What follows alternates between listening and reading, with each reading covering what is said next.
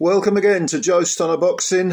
We all know that there's Tyson Fury and Oleksdandr Usyk getting it on over in Riyadh this Saturday. But do not overlook another heavyweight contest that's on the same card. And that is between Frank Sanchez and Agit KAYAYEL. Now, I think this is a really intriguing fight. That's not to say I think it will necessarily be exciting. I can quite easily visualise it being kind of stop-start, bit scrappy, kind of dull, to be honest with you. But you've got two undefeated heavyweights, both 24-0. If you look at their dimensions, I mean, they're both listed at 31. I know a lot of people say that Sanchez looks like he's had a hard life and is probably older, and he might well be 5 years older. I honestly don't know. But they're both 31. I think Sanchez is listed at 6'4", KAYAYEL at 6'3". So dimensions-wise and probably weight-wise, they're pretty much in the same ballpark, you know. And their styles are, you wouldn't say they're similar, but that they do. There are certain things that they do that are similar. They have different styles, but I think, for example, in the case of Sanchez, I think that he likes to counterpunch, draw the opponent's sting and make him pay. And the same can be said of KAYAYEL. Although their styles are different, there are still similarities in the way they go about their work, or the, how can I put it, the intent of what they're looking to do. So let's look at their records. I mean, Sanchez, like I say, 24-0 with 17 KOs, no draws. Turned pro in 2017, so he's been a pro for quite a while now. And he's got a few good wins on his record. I mean, FA Ajagba was undefeated when he fought him in 2021. He won a majority. No, it wasn't. It was a unanimous decision. Yeah, it was a unanimous decision. And he had Ajagba down in one of the middle rounds, 6th or 7th round, I think. And he's done the usual sort of retreads like Christian Hammer and Carlos Negron. He was last seen fighting Junior Farr, who has since retired. Stopped him in 7 rounds. And prior to that, he fought Scott Alexander, and he was actually kind of buzzed early on. I think it might have even been the first round against Scott Alexander, who's a kind of journeyman stroke gatekeeper type. You know, not bad, not a bad fighter, but you wouldn't rate him higher than, say, a C+ heavyweight in world terms. And he did clip Sanchez, and gave him something to think about. Made him a little bit cautious of the power, but Sanchez did come back, and Alexander ended up retiring after 4 rounds.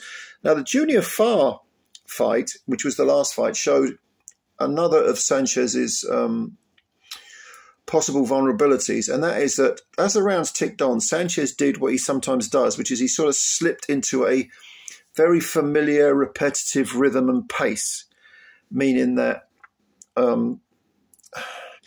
it becomes easier to read if you're fighting him. It becomes easier to does the same things again and again. He does have a lot of, as we always say, the fistic tools in the toolbox.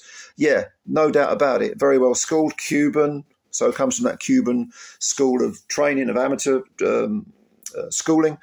And he is very, very good. But mentally, he seems to slip into that repetitive, like I say, that repetitive rhythm, and it can all be a little bit one-paced.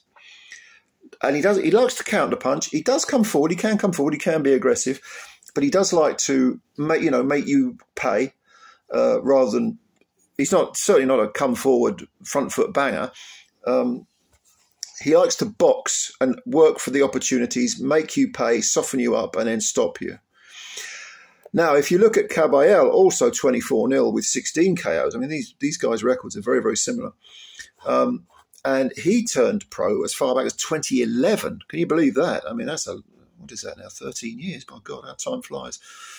And he's ticked over, and he became EBU champ. He had a victory over Derek Chisora, which I think was a defense of the EBU title. And he's beaten some of the usual European suspects like Andrei Rudenko. That was a unanimous decision. He's also beaten Kevin Johnson on a unanimous decision. The old warhorse did Pavel Sarin around, which a lot of people have done. But here's the interesting thing. If you go back to 2018, from 2018 to 2022, he only had 1 fight for each of those years. And so he just trod water, well, actually, he's kind of stagnated, didn't really do a lot. And so when he ended up being called up to fight Arslanbek Makhmudov, over in Riyadh. This was it was December, wasn't it? It was in December, yeah. There was that big card, very, very close to Christmas. But a lot of people thought, well, KAYAYEL, Makhmudov, big, strong, intimidating, hard-looking guy, you know, scary-looking guy.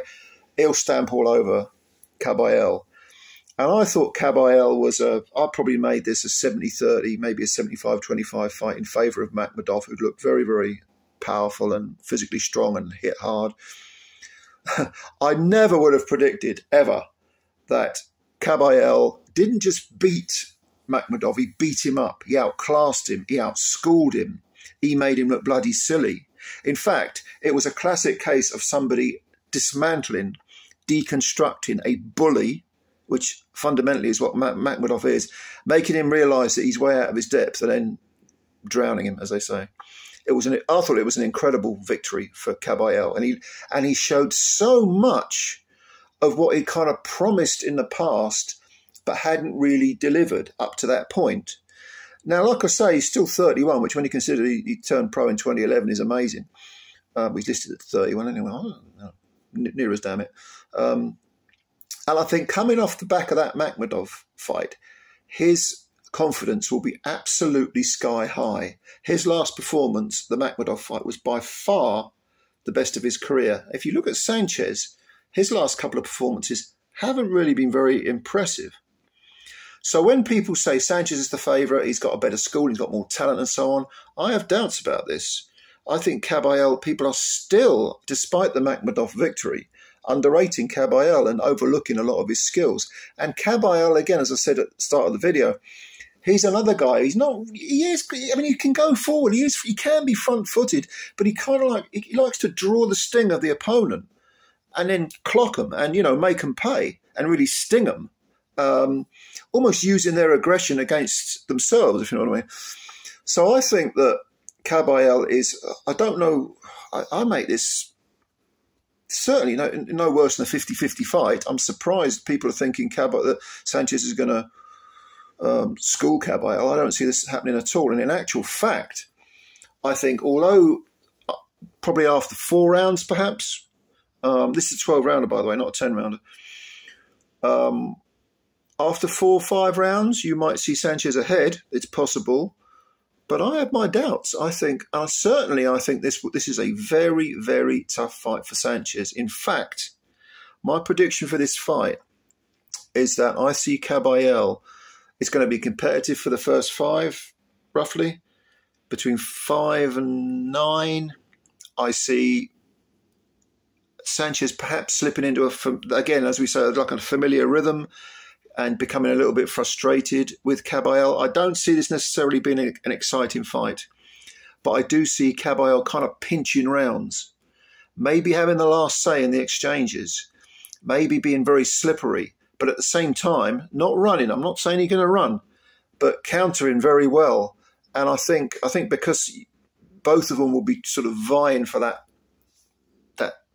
middle bit of the ring, that center ring, I think possibly KAYAYEL in the last third of the fight, or certainly the last 3 rounds, will start to really he'll have frustrated Sanchez in the middle rounds. And I think he'll sort of, down the stretch, he'll kind of take over and win the rounds with probably a bit to spare.